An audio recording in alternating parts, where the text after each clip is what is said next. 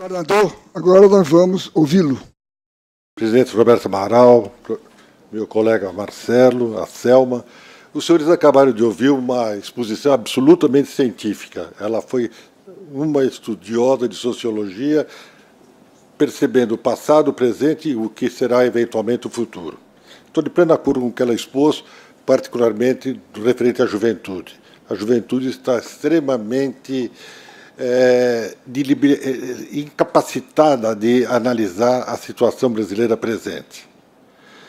E nós que temos mais idade, ou os cabelos brancos a que ela se referiu, temos a obrigação de mostrar a essa juventude que o Brasil tem uma carga profunda de fascismo na sua índole.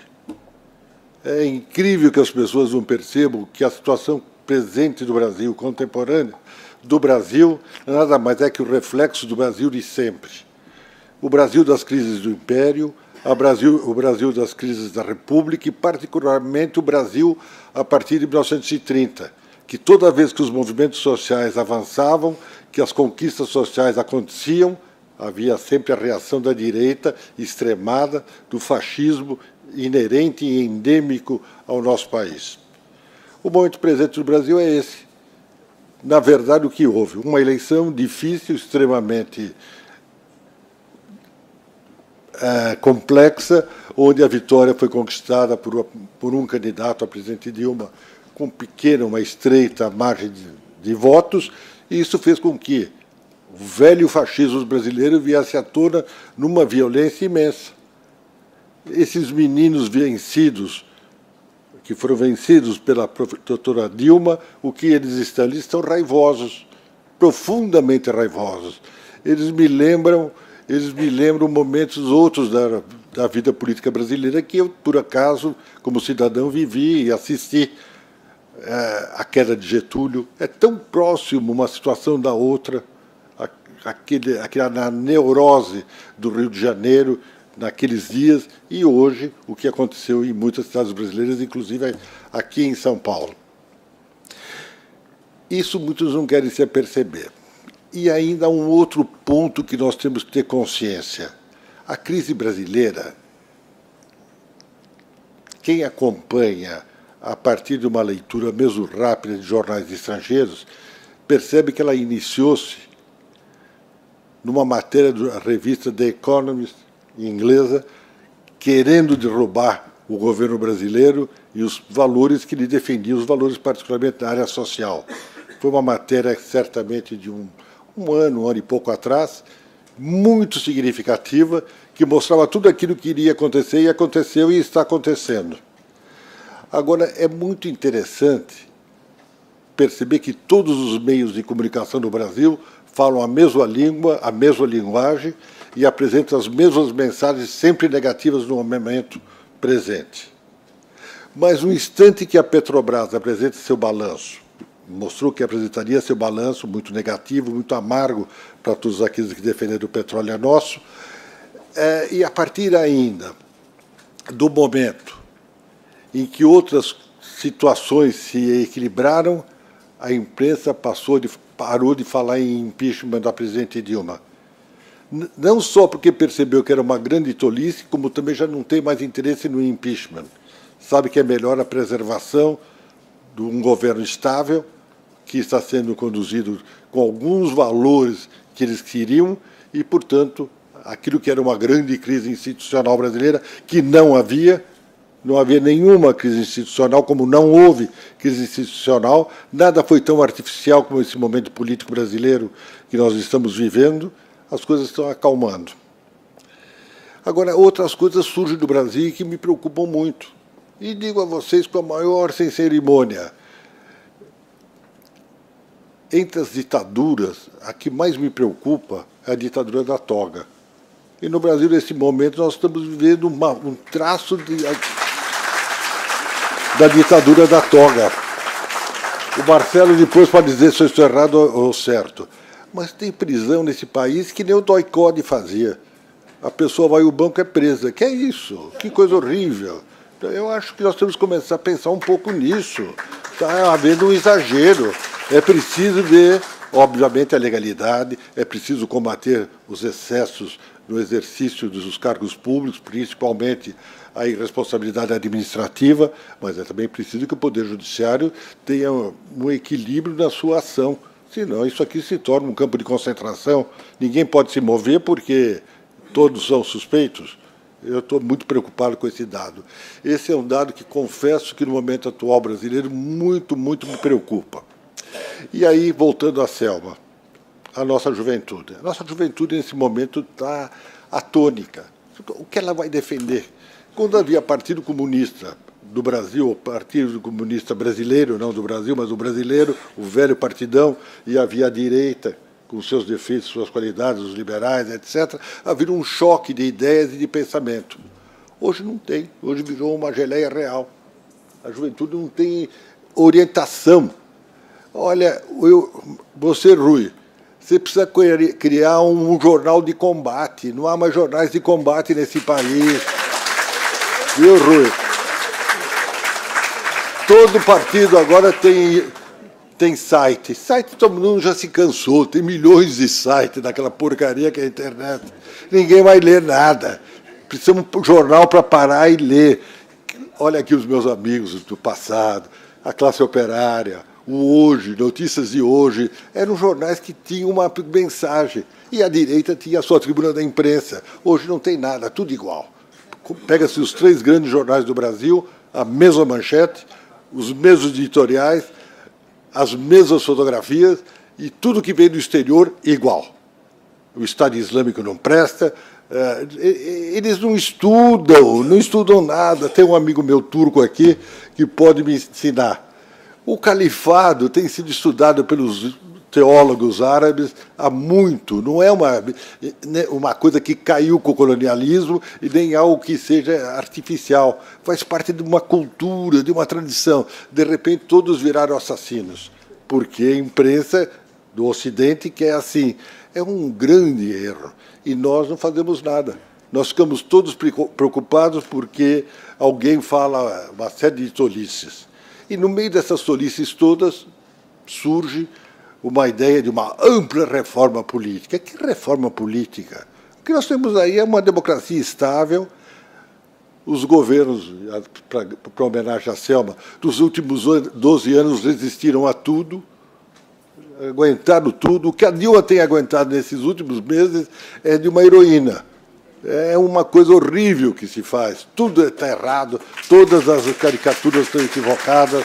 É um absurdo o que está se fazendo com essa mulher. É realmente uma violência contra os direitos humanos. E agora, a panaceia da reforma política. E agora eu fico contra o Rui. Mas que mudar o voto proporcional? O voto proporcional tem 70 anos de vida no Brasil e, mal ou bem, foi sendo conduzido e levando os partidos políticos a crescerem. De repente, vamos fazer voto distritão, que é uma tragédia. O que ele quer, na verdade, é que um partido político seja hegemônico e que quem tem dinheiro se eleja no distrito. Agora, outro quer distritos das cidades dos municípios de mais de 200 mil habitantes. Quer é domínio. Só não percebe quem não quer. O voto proporcional não permitia, assim mesmo permitia, mas não permitia com o mesmo excesso a criação do burgo podre. O que querem é criar burgos podres, dominados. Isso que é o dramático. E nós não debatemos nada disso. A gente fica perdido na pauta que os grandes jornais nos oferecem. Aquela é a pauta do Brasil. Não é a pauta do Brasil. Eu trouxe, mas não vou perder o tempo de vocês, o que tem no Congresso Nacional hoje sobre reforma política. É uma loucura. Não vi nada do Rui. Ele pode estar... Obrigado que você não participou dessa grande loucura. A Câmara Federal tem 59 projetos. O Senado, então, porque eles são mais velhos, eram mais velhos, hoje nem isso são, eram mais velhos, eles fizeram 176 projetos. E o Executivo, pensando que as ruas de São Paulo têm uma efetividade, mandou uma série de projetos também equivocados. Precisamos parar para pensar em reforma política. Você colocou muito bem no esquema de um horizonte amplo, eu ficaria mais restrito, porque nós estamos vivendo nesse momento a problemática da reforma política. Não vamos permitir que o Congresso Nacional, falsamente exigido pelas ruas, faça uma reforma. Está se fazendo uma reforma que vai ser uma coisa horrível. Tudo isso já foi examinado no Império. O Império conheceu o voto distrital, o Império conheceu lista fechada. Chegou um momento que Dom Pedro II teve que abrir um terço de vagas para a oposição, porque já não tinha mais oposição no Brasil. É isso que vai acontecer com essa reforma que está se propondo nesse momento no Brasil. Está se voltando ao passado. Sabe que o Império era melhor que a República. No Império, todos os analfabetos votavam. Era voto delegado, mas votava. Veio a República, que ser pura, racional, ninguém mais votou. Diminuiu 2/3 do eleitorado brasileiro. E aqui está diminuindo outra vez. Vamos pensar com calma. Vocês que estão com essa boa ideia de se reunir. Eu vou confessar que eu estou meio nostálgico. Eu fiz campanha em 78, fiz campanha em 80 e poucos, e via gente reunida. Eu nunca mais vi no Brasil ninguém se reunir. É a primeira vez nesses últimos anos que eu vejo gente reunida. Vocês estão de parabéns, viu? Ninguém mais se reúne, esse país está burro. Conseguiram, o neoliberalismo conseguiu emburrecer o Brasil de uma forma que ele nunca foi. Esqueceu todos os seus valores, o seu passado, suas figuras, tudo foi jogado. Você falou uma coisa, a Escola Superior de Guerra estudava ao menos no Brasil, um pouquinho, pode ser torto. Agora ninguém estuda, nem os militares estudam mais. É uma coisa horrível. Eu estava dizendo para ele que eu assisti à ordem do dia do Exército Nacional e levei um susto. Uma ordem do dia bem escritinha, como tudo que eles fazem, muito bem escrito. Os militares escrevem direitinho, né? Conhece português, até um português, mas conhece. E aí vem a ordem do dia, falando aquelas coisas óbvias, não, só defender a democracia, em vários momentos. E cito o Gustavo Barroso. Você veja, acho que eles não sabem quem foi Gustavo Barroso. Eu levei um susto. Eu levei um susto. É a ordem do dia com o Gustavo Barroso. Isso ou está piorando ou está melhorando. Eu não estou entendendo nada. Então o Brasil está assim, ninguém mais está se entendendo. Agora tem um problema que vocês ainda talvez não se aperceberam. A direita brasileira tinha uma forma muito tranquila de preservar seus privilégios.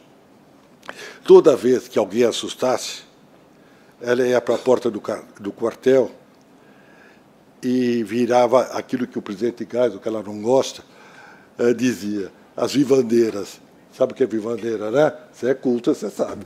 As vivandeiras eram aquelas mulheres que acompanhavam os exércitos, particularmente o de Napoleão.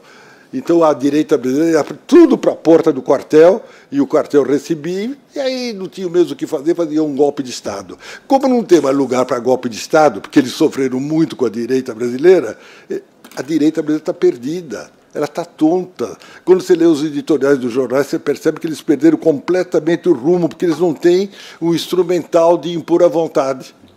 E aí é uma burrice da esquerda não saber expor as suas ideias progressistas a uma sociedade que está ansiosa para ter novos espaços e não tem. A própria Avenida Paulista, do dia 15 de março, queria ter algum espaço que não aquele. Veja que eles estavam perdidos, absolutamente perdidos no que diziam. As ideias forças eram absolutamente desconexas. E, além do mais, eles estão tão sem liderança que vão buscar qualquer menino complicado, que podia ser examinado no passado, e aí vê que ele está aproveitando a onda. E aí, enquanto isso, a esquerda brasileira fica se ruminando e sofrendo horrores, porque não é capaz de sair dessa grande encruzilhada que caiu. Não sabe para onde ir. É ir para as ideias de sempre, ter a capacidade de expor. Isso está faltando, a capacidade de expor. É verdade, também é bom que se diga, ela falou uma coisa muito grave. O governo do PT, nesses 12 anos, avançou socialmente muito, fez coisas excepcionais.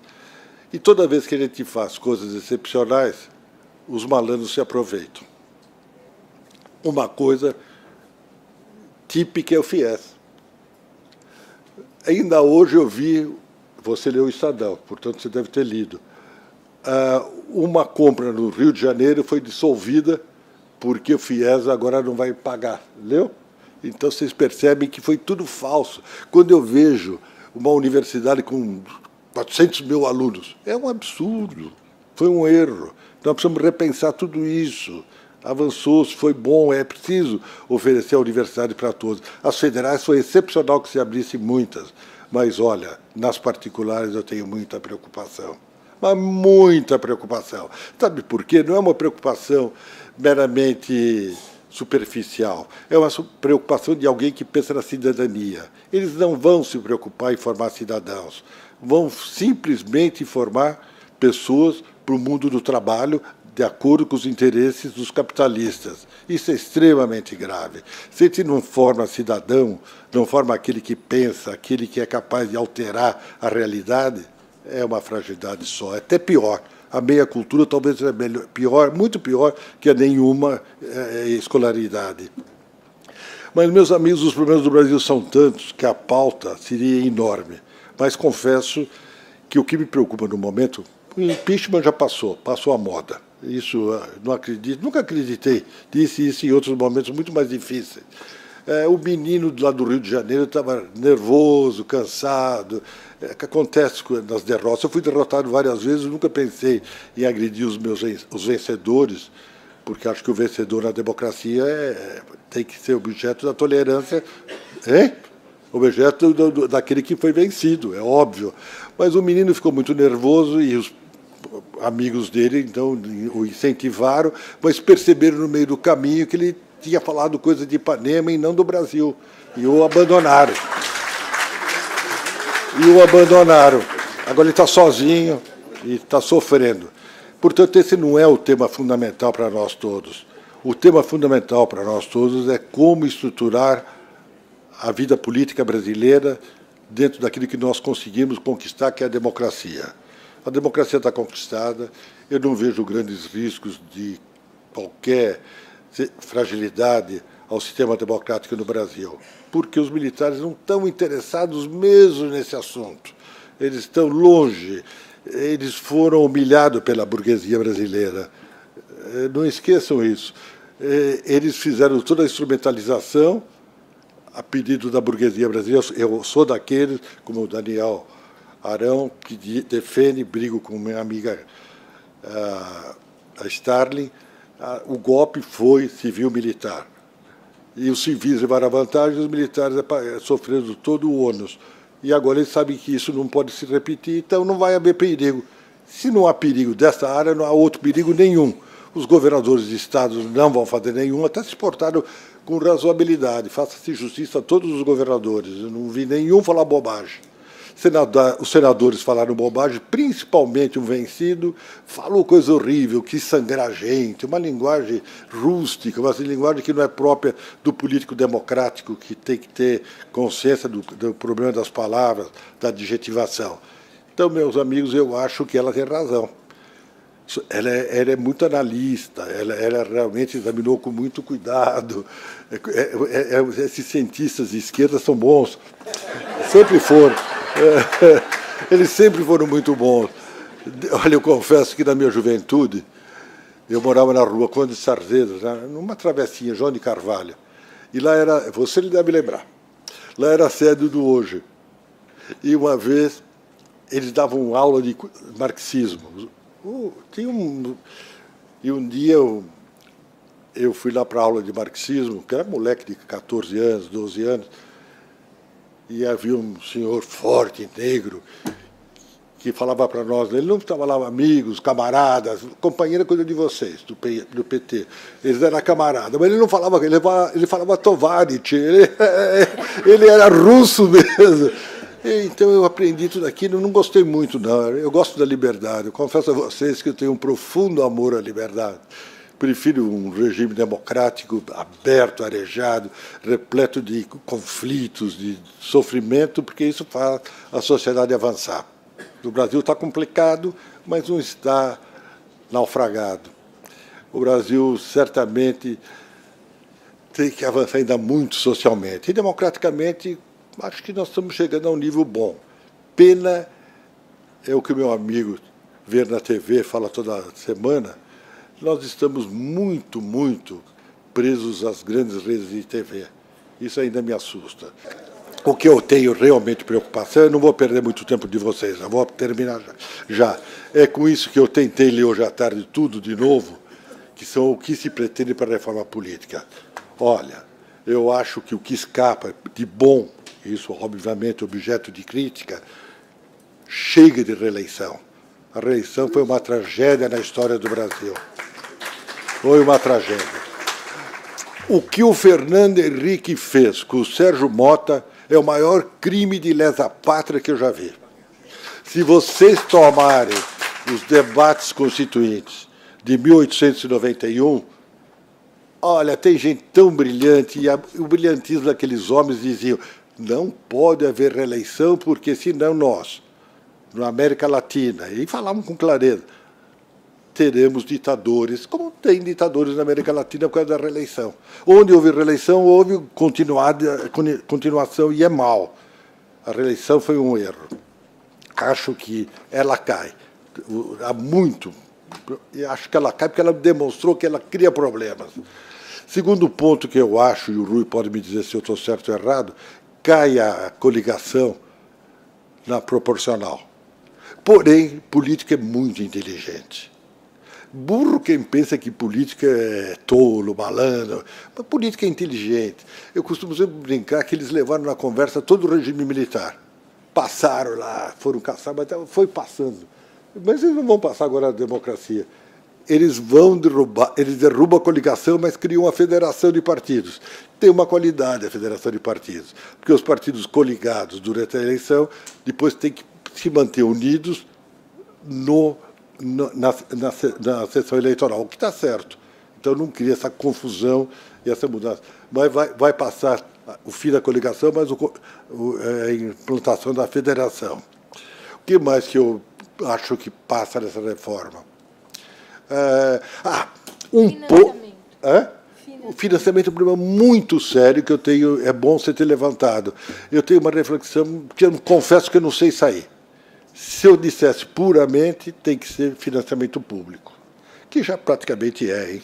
Que a TV ganhou o imposto de renda, não vai, que eles vão dar de graça o tempo de televisão, primeiro. E depois também tem o fundo partidário, que é um dinheirão. E agora a doutora Dilma deu um dinheiro bom. Aí o Rui gostou. Vai lá. O PCdoB também com esse dinheirinho, vocês vão viver bem. É um dinheiro, mas ela não vai ter dinheiro para dar, ela vai dar menos. Então eu tenho medo do financiamento público, que vai criar uma caixa 2 pior. Você já fez campanha? Campanha mesmo, ir para a rua. Você foi candidata? Fui. Foi? Você sabe que é uma loucura.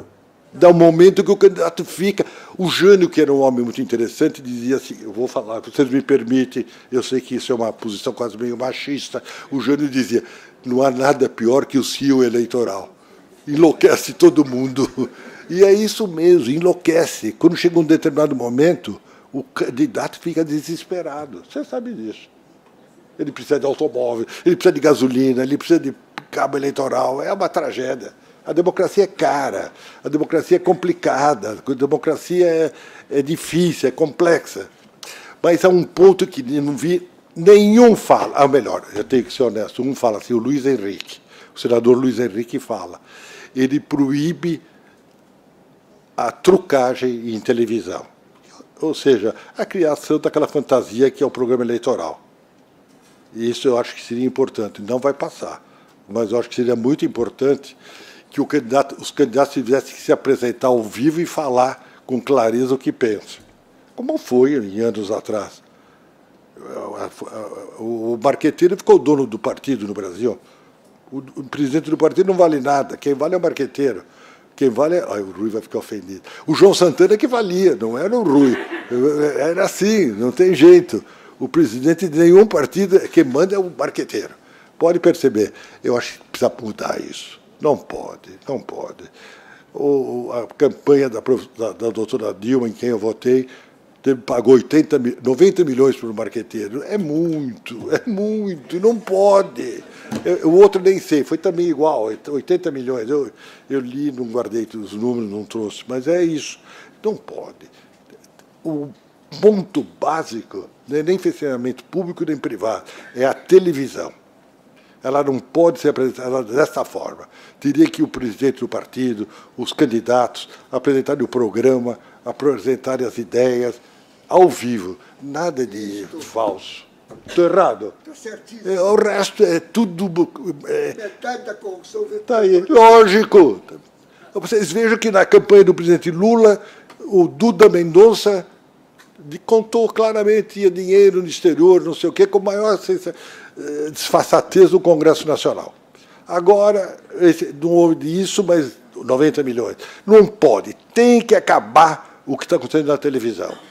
Senão nós não vamos jamais ter uma democracia realmente limpa. Nos Estados Unidos, o programinha de televisão diz quem pagou, na hora que aparece o programinha. O João, o Pedro, o Manuel pagaram essa inserção. E a inserção é a pessoa falando e dizendo que é candidato. Aqui é uma farra. Aqui quem tem a melhor produtor ganha. Você não gostou da ideia, hein? Você é produtor. Mas não pode. Eu vou dizer, eu vivi de todos os lados. E apoiei o Jânio Quadros contra o Fernando Henrique. Teve gente boa que apoiou o Fernando Henrique. Ele está ouvindo. Ele está ouvindo. Ele finge que não é com ele. Teve gente boa que apoiou o Fernando Henrique, mas eu nunca apoiei, porque eu sou um homem que tem intuição. Mas o Jânio ganhou do Fernando. O Fernando Henrique tinha a TV Globo ao lado dele, a melhor produção, e o Jânio foi para a televisão com uma mesa muito vagabunda e falava as maiores loucuras, mas falava. Ele teve empatia com o povo. Era ele, ao vivo, falando. Então, é isso que precisa. Eu marquei isso na minha vida, estou velho, indo embora, graças a Deus. Vou deixar o Brasil para vocês. Eu vou embora, vou lá para dentro do Brasil, vou para o subsolo do Brasil.